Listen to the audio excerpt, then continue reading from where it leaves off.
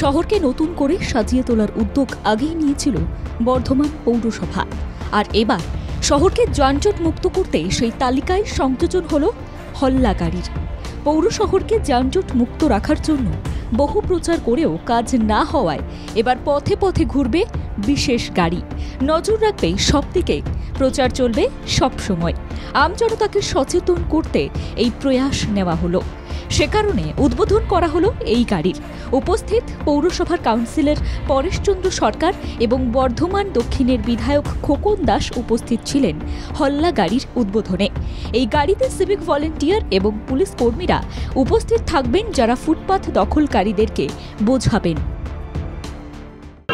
আমাদের civic volunteer যারা রয়েছেন এবং পুলিশ প্রশাসনের লোকেরা এই গাড়িতে থাকবেন। পুলিশ ভলেন্টিয়ার যারা রয়েছেন, আমাদের সিভিক ভলেন্টিয়ার, তারা সবাইকে বোঝাবেন যে যাতে ওই জায়গাগুলোয় ব্যবসা করলে অন্য বড় নাগরিকদের কি ক্ষতি হচ্ছে, মানে বৃহত্তর সংখ্যার নাগরিকদের কি ক্ষতি হচ্ছে। বর্ধমান শহরের গুরুত্বপূর্ণ জায়গাগুলিতে যানজট কমছে না। স্কুল যাত্রী থেকে শুরু করে অফিস যাত্রী, সাধারণ মানুষের যাতায়াতের অসুবিধার সম্মুখীন হতে হচ্ছে। ফুটপাতের ওপর কোনো দোকান যাতে না বসে সেদিকে খেয়াল রাখবে এই গাড়ির। সকাল থেকে রাত পর্যন্ত পরিক্রমা করবে শহরের গুরুত্বপূর্ণ জায়গাগুলিতে।